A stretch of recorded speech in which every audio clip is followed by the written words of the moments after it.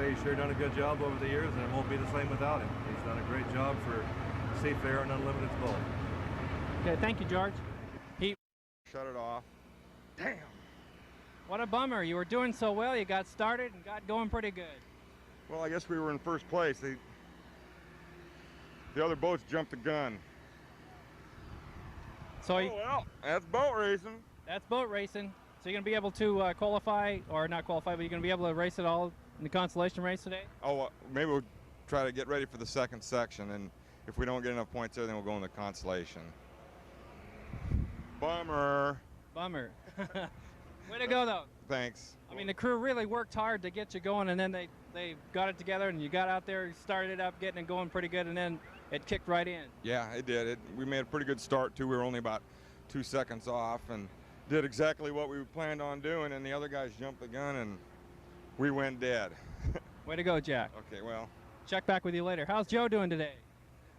Well, I don't know. He hasn't reported in yet. Do you think he'll report him before the day is over? Possible. Right. Thanks, Jack. You bet. Have a good one.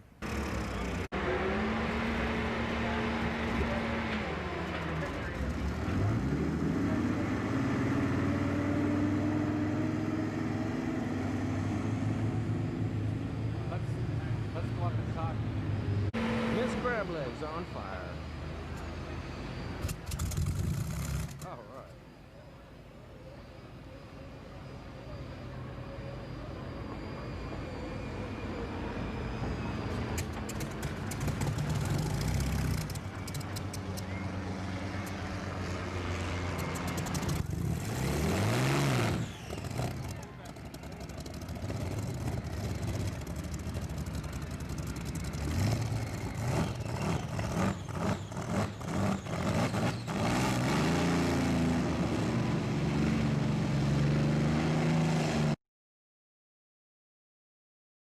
He's done a great job for Seafarer and Unlimited's both.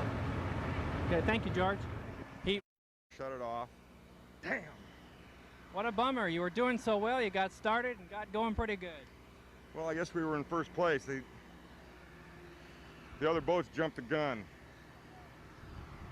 So well, that's boat racing. That's boat racing. So you're going to be able to qualify, or not qualify, but you're going to be able to race it all in the consolation race today? Oh, maybe we'll try to get ready for the second section, and if we don't get enough points there, then we'll go in the consolation. Bummer. Bummer.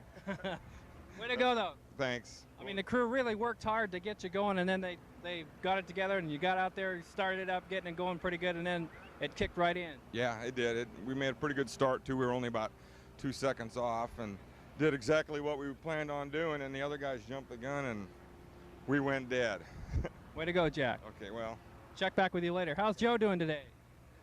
Well, I don't know. He hasn't reported in yet. Do you think he'll report him before the day is over? Possible. Right.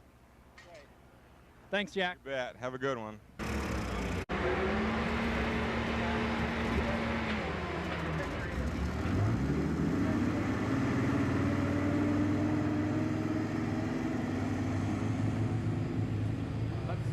Let's go up and talk. Miss Crablegs on fire. All right.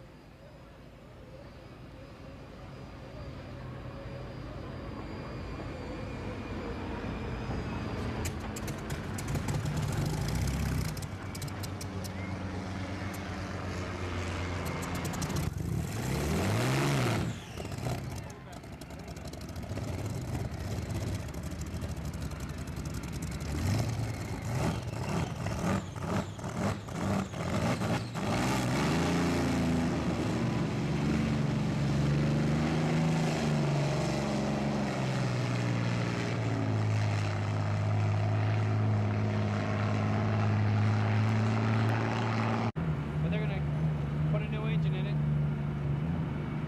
get it fired back up, and get it back out on the water.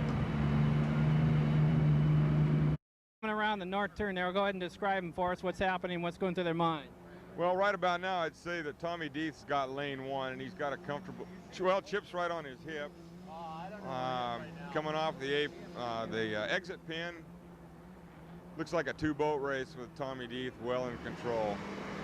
Chip's about 300 yards behind and starting to string out now. Frank Kenny coming off the exit pin, and Jerry Hops right in there with him. It looked good race for third place.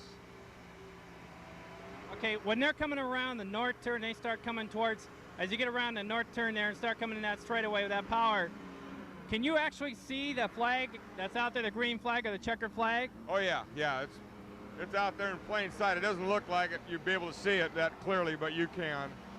It sticks right out like a sore thumb.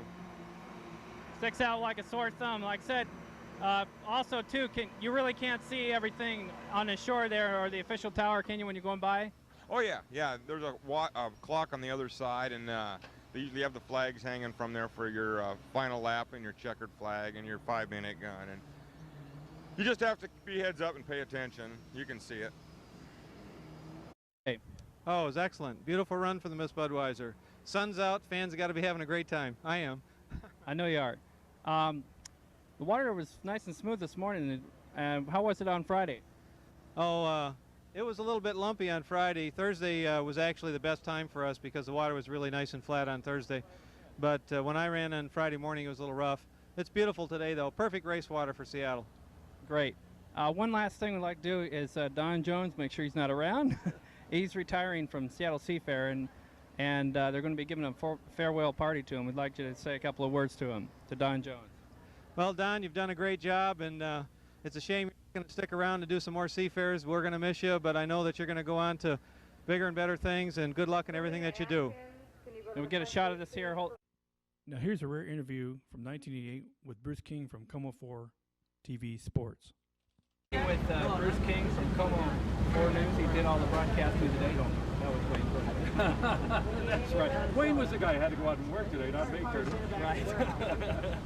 Well, how have you been? Oh, terrific, terrific. You know, I enjoy this every year, as I'm sure you do too. It's just become such a Seattle tradition that it's fun. If you're a part of Seattle, you have to come to the boat races. It's a great day and a very safe day for all the drivers.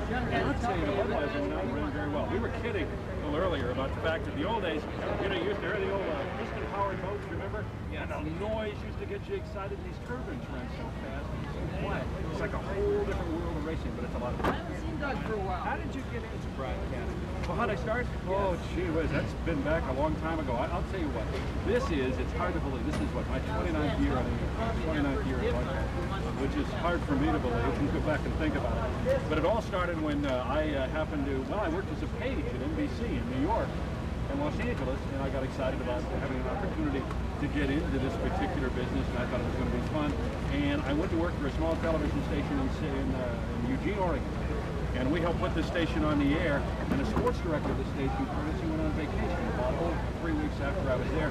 And before they said, hey, you don't sound like a sports guy, you don't look like a sports guy, you don't even have the image that we want on our television station. This guy went on vacation, and I haven't been off the air since. They said, could you fill in? And I did, and I've been off the air since, and that's been 29 years ago. So somehow I changed my whole image about that time, whatever it was, but it was fun. When did you start working for KOMO? I came from KABC in Los Angeles, and I started in 1968. I remember that Keith Jackson said that I'm from the Northwest. I grew up in Salem, Oregon, and I went to the University of Oregon. My family's from Eugene, or from Salem and Eugene. So I wanted to get back to the Northwest, and I was working as a field reporter and a producer in Los Angeles. And Keith Jackson said, hey, Bruce, he says, you know, I know a job, and I know someone who's looking for somebody up there. And that was 1968. And so they hired me in 1968 to do the job here, and I've been here ever since, except a little sojourn to New York back in 88. Yes, I remember that. Oh, yeah.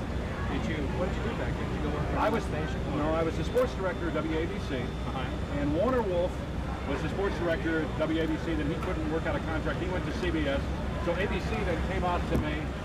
ABC then got a hold of me out of the blue. I was doing a basketball game in California, and they called me and said, would you like to come to New York and replace Warner Wolf? And I said, no, I'm not going to do that. And he said, well, for this amount of money. And I said, well, sure, maybe I'll do that for that amount of money. We negotiated for about 7-8 months, and I had an opportunity to go there, and I was there for about a year and a half, and just had a great time. Great. But it was fun. Have you ever done races down here? Oh, yeah. Oh, gee, I'll never forget the longest race we ever did. I started doing the races in 1969, and we did the races up until, gee, the late 70s, I guess, until it went to bid. Yes. And, you know, and then stations would bid for it. But before that time, all the stations would do it on their own. We would have, all 3 stations would do it on their own. And so I'll never forget it. Remember the one time that we all moved to Sandpoint? We did the race up at Sandpoint. It was the Gold Cup. 1974. The Gold Cup in Sandpoint, right. And we did the thing up at Sandpoint, and we were on the air for 9 hours. Oh, man. The longest race that we've ever done in our life. Yeah, no.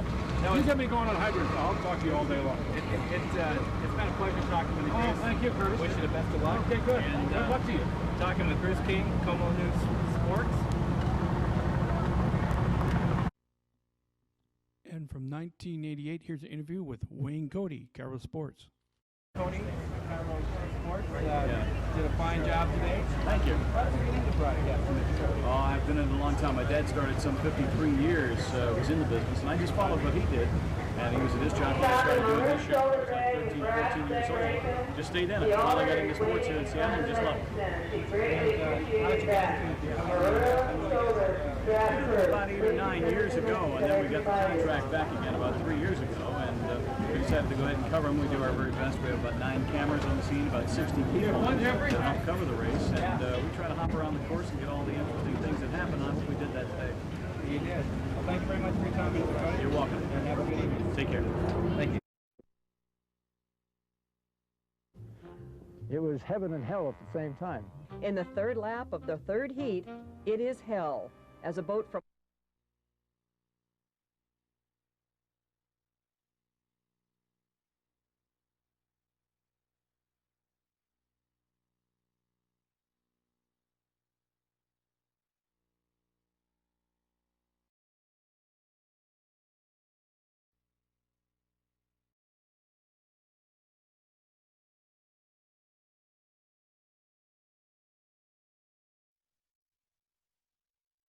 And welcome to Solid Video Productions presents Seafair 2020.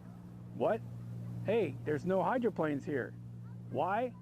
Because of the coronavirus that's going on, all hydroplane races this year have been canceled. So, we here at Solid Video Productions are here to tell you about the history. For the next 2 hours, sit back, relax, enjoy. I'm your host, Curtis Blackwell.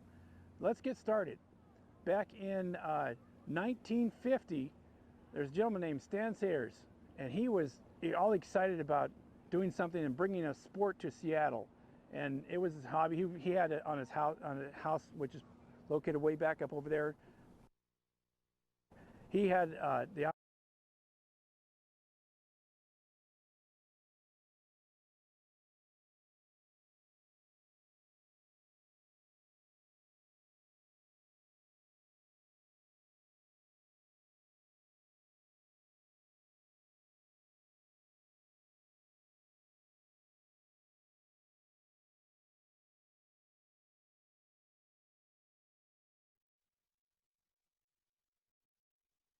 Gentlemen, Slow 05, boat responsible for bringing unlimited hydroplane racing to Seattle. And Muscatel brings her back into the pits.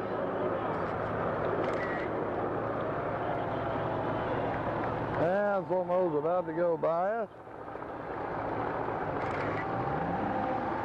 Ken Muscatel behind the wheel.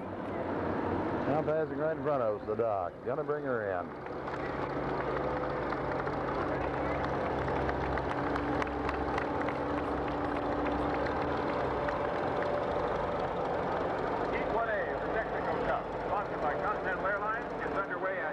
Absolutely amazing how the technology, Curtis, has taken over in the sport, though. No comparison with the old spoonbill, shovel nose, we used to call them hydroplanes, to your new pickle parks, your new three-point relay suspension. This was probably the first three-point boat ever built, really, was a Slow-Mo, if I remember correctly.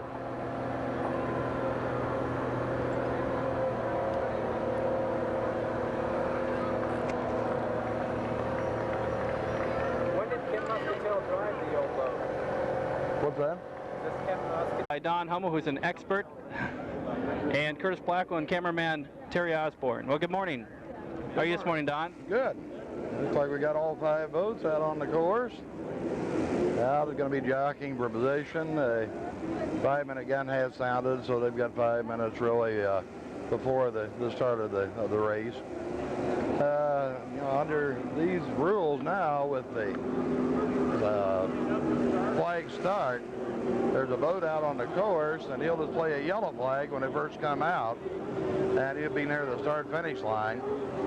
Then he'll put up a white flag indicating one more lap, and then when they come around, if they're lined up pretty much in a straight line, they'll drop a green flag and the race will be underway. We're trying to spot where the flag boat is, and I haven't spotted it yet. There's the flag boat right directly out front of us. all right. It's right out, right in line with the center. Right, I see it now. He's displayed the white flag, so it looks like they are all in good order this time. Why, he'll go ahead and drop the green. However, I don't know. I don't think it'll happen this lap. I think he'll send him around one more time. Okay. Now we got a white flag. They're going to make another lap. I was right. So they'll go around. They'll jockey into position again in their assigned lanes, and they'll regroup. I would say if they're reasonably close to time, you're going to see a green flag. Okay. Looks like they ought to be in good shape. Now we got a green flag. There's the start. There's the start. Okay, Winston Eagle's out in front. Looks like followed by Mike Hansen and Tony the Tiger. Budweiser's on the inside, has a good advantage though with that inside lane. Coming out of the corner though, it's Winston Eagle. We see Budweiser. And look, Elmo's will be right behind the Winston Eagle. Oh, he is. Come on, Mike. Yeah, Mike's right up there in second place right now. Chip Hanauer doing a little racing on the inside. Still has slight advantage in the corner. And the old boy Alberto is running fourth. A good race. Very good race. Three extremely fast boats. Look at them side by side. Look at that. He's got a good corner. Mike's making a real charge on him. Mike is making a hard charge on Winston Eagle. He's catching up to him. Budweiser's back, not over 4 boat lengths behind the first two. Going into the upper corner, it's still Winston. Mike on the outside, Bud on the inside. Winston Eagle through the corner first. Followed very quickly by Mike Hansen and the Kellogg's. It looks very good. Bud has really dropped way off the pace in that lap. He had too good a corner. He just might catch up. Oh, Mike's right behind him. He's putting him on. Not over a couple of boat lengths behind him. Oh, he's really pushing it. Outside lane. He's going to be pushing him at the finish. Come on, Mike. The name of this game, though, is Build Up This Your one, heck of a boat race. There he goes. This is a real boat race, believe me. There he goes. He got it. Ladies and gentlemen, you're seated here. Mike's got it. Mike's got him. There he goes. The Kellogg's dropped his leg, pushing it. There he goes. Like he had it. Right past him. Looks to me like he had it. We'll wait till we get the official finish, but it looks like Kellogg Trust and Flakes had it, though. He had him all right. He had him going. Great boat race, though. There he goes. He's in the lead. About a half a boat length. Great boat race. It's side by side. Oh, Winston Eagle's getting a little ahead there. It's only 3 laps.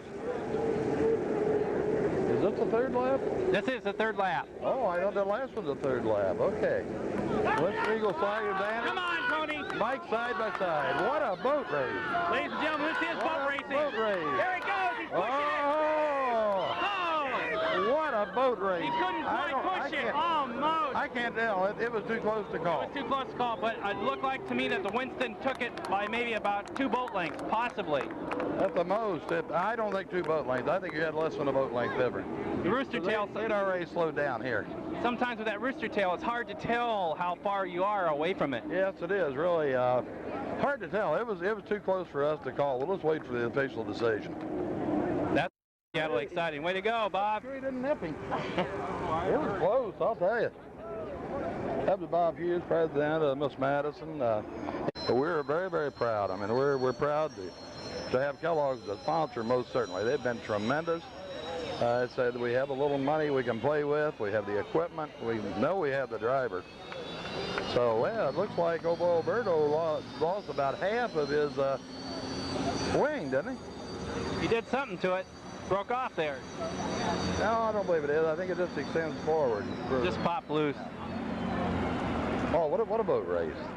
Oh, that was excellent. We'll be back for the next heat. All right. Well, that's going to do it for us here, and we'll be back right after this commercial message. Coming up, the he paid for the materials to repair it, and we had there was no deck on the boat,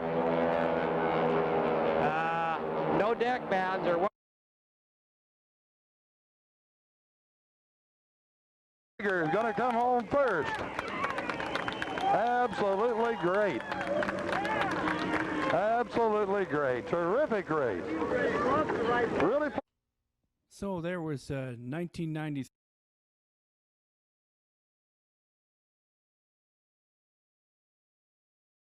Now let's move along to more. Let's go back now to the start-finish tower where Curtis Blackwell is now, and he'll explain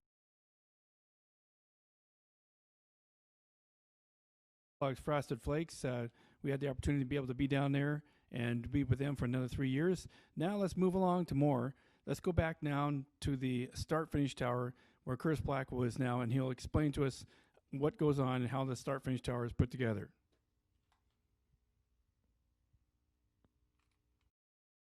Curtis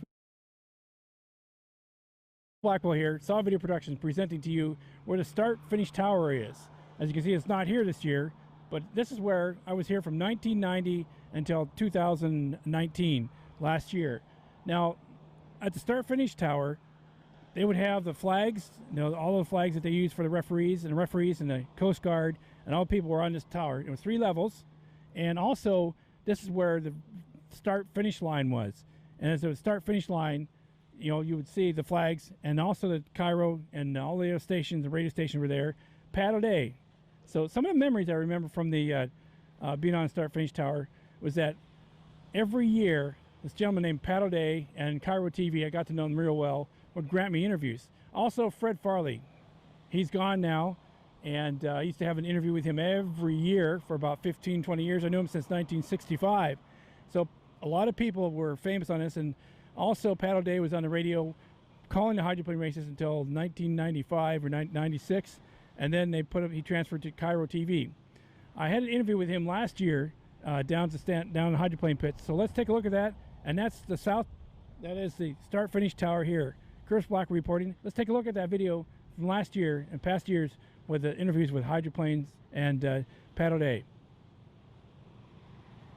Legendary Pat O'Day. Hi Pat, how you doing?